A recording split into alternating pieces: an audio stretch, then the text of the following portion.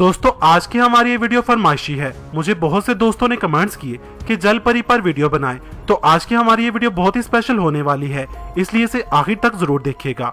जल परी, जिसे मरमेड, जल परी या फिर आबी इंसान भी कहा जाता है। जल परी पर बहुत सी कहानियां और वीडियोस वगैरह बन चुकी हैं, जिसमें मोस्टली एक औरत को दिखाया जाता है जिसका नीचे वाला आधा धड़ मछली का और ऊपर वाला खूबसूरत औरत का होता है, यानी ये आधा इंसान और आधी मछली होती है। जल परियां हकीकत में होती हैं कि नहीं, इस बात की तस्दीक आज तक नहीं हुई, मगर हाँ ऐसे बहुत से सबूत हमारे सामने आए हैं जिन्होंने जल परियों के कभी न कभी होने का ध्यान अपनी तरफ खींचा है।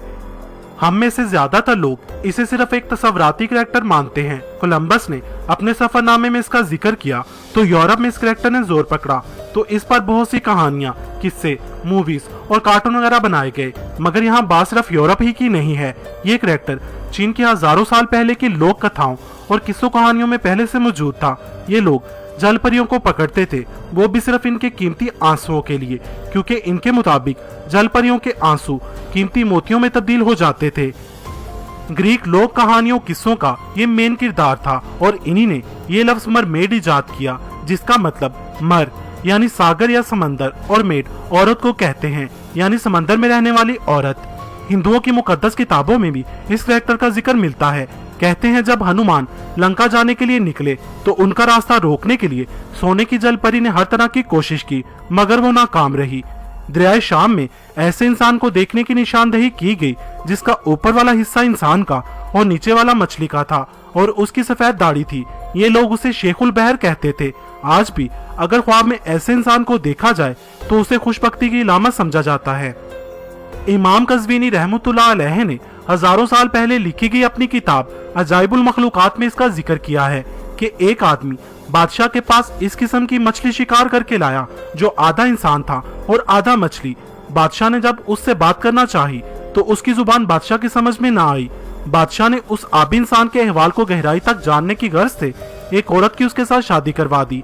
फिर इन दोनों से एक बच्चा पैदा हुआ और वो बच्चा अपने माँ बाप दोनों की जुबान समझता था। तो बादशाह ने इस बच्चे से पूछा कि तेरा बाप क्या कहता है, तो इस बच्चे ने जवाब दिया कि वो कहता है कि तमाम जानवरों की दुम उनके निचले हिस्से में होती है, मगर ये क्या वजह है कि इनकी दुम इनके चेहरे पर होती है। यानी कहने का मतलब वो इंसानों की दाढ़ी को उनकी दुम समझता था। यहाँ सोचने वाली बात यह है कि इतने हजारों साल पहले दुनिया के मुख्तलिफ मज़ाहिब में एक ही करैक्टर का जिक्र क्यों किया गया, वो भी उस दौर में जब टेलीफोन, टीवी और इंटरनेट वगैरह का दौर ही नहीं था। तो क्या सच में उस जमाने में जल परी का वजूद था? वैसे भी मौजूदा दौर का इंसान समंदर का सिर्फ 5% हिस्सा ही दरियाफ्त कर पाया है, जबकि 95% हिस्सा अभी भी बाकी है। और इसमें कौन कौन सी और कैसी कैसी मखलूकात हैं, यह हम में से कोई नहीं जानता। सच ये है कि आज भी हम समंदर की गहराइयों तक नहीं पहुंच पाए। माजी में ऐसी बहुत सी खबरें सामने आई हैं जिनमें किसी मछुआरे या फिर समुद्री सफर के दौरान लोगों ने मरमेड को समंदर में तैरते देखा है। साउथ अफ्रीका में हजारों साल पुरानी गारों की दीवारों पर कुछ ऐसी हजारों साल पुरानी पेंटिंग्स मिली हैं जिसमें पुराने जमाने के लोग जल परी का शिकार कर रहे थे या फिर उनसे लड़ रहे थे। ये सब वो सवाल हैं जिनका जवाब आज के दौर के इंसान के पास नहीं है। दोस्तों, क्या आप जानते हैं कि जिन्नात में 3 तरह की नस्लें पाई जाती हैं? एक वो जो खुश्की पर रहते हैं, यानी वो जो हमारे इर्द गिर्द रहते हैं। दूसरी वो जो जंगलात में रहती हैं और तीसरी नस्ल वो है जो पानियों में रहती है, जिसे गवास कहा जाता है। शायद ये वही जिन्नात की नस्ल हो जो जल परी के रूप में हो, जिसे लोगों ने देखा हो। अगर मुझे जिन्नात के बारे में अलग से वीडियो बनानी चाहिए तो कमेंट्स में बताएं। 2009 में इसराइल के शहर किरियात यम के साहिल पर एक जल परी को देखा गया। जिस आदमी ने उसे देखा वो सूरज गुरूब होने से पहले समंदर की खूबसूरती को अपने मोबाइल में रिकॉर्ड कर रहा था, जब अचानक इसने एक औरत को एकदम से पानी में छलांग लगाते देखा और वो फिर गायब हो गई। उसने जब उस वीडियो को गौर से देखा तो वो औरतनुमा कोई मछली थी, यानी जल परी। इस वीडियो ने देखते ही देखते सोशल मीडिया पर करोड़ों लोगों की तवज्जो अपनी तरफ खींची और लोगों को बहुत कुछ सोचने पर मजबूर कर दिया।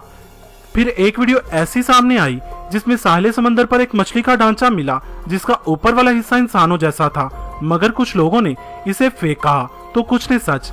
मगर हकीकत क्या है ये अल्लाह ही बेहतर जानता है। वर्ल्ड वॉर 2 के दौरान इंडोनेशिया के समंदर में जापानी फौजियों को जल परियां दिखाई दी। उन्होंने कई जल परियों को तैरते देखा। जब वो नोवा के एहलकारों को अपने साथ वापस वहां लेकर आए तो उन्हें वहां कुछ भी ना मिला।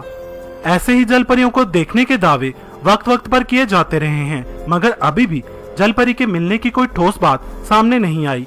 मगर एक हकीकत ये भी है कि जिन्नात और परियों की भी एक दुनिया है, लेकिन उन्हें देखने की ताकत हर किसी में नहीं है और शायद जल परी भी उन्हीं में से एक मखलूक है। तो दोस्तों, आप इस बारे में क्या सोचते हैं? क्या आपको ऐसा लगता है कि जल परियों का कोई वजूद है या नहीं? अपनी राय कमेंट्स बॉक्स में दें। अगर इस वीडियो का पार्ट 2 बनना चाहिए तो भी कमेंट्स बॉक्स में बताएं। वीडियो पसंद आने की सूरत में इसे लाइक और शेयर करना मत भूलिएगा। ऐसी मजीद इंटरेस्टिंग वीडियोस के लिए मेरा चैनल इल्म के मोती सब्सक्राइब करें। वीडियो देखने का शुक्रिया।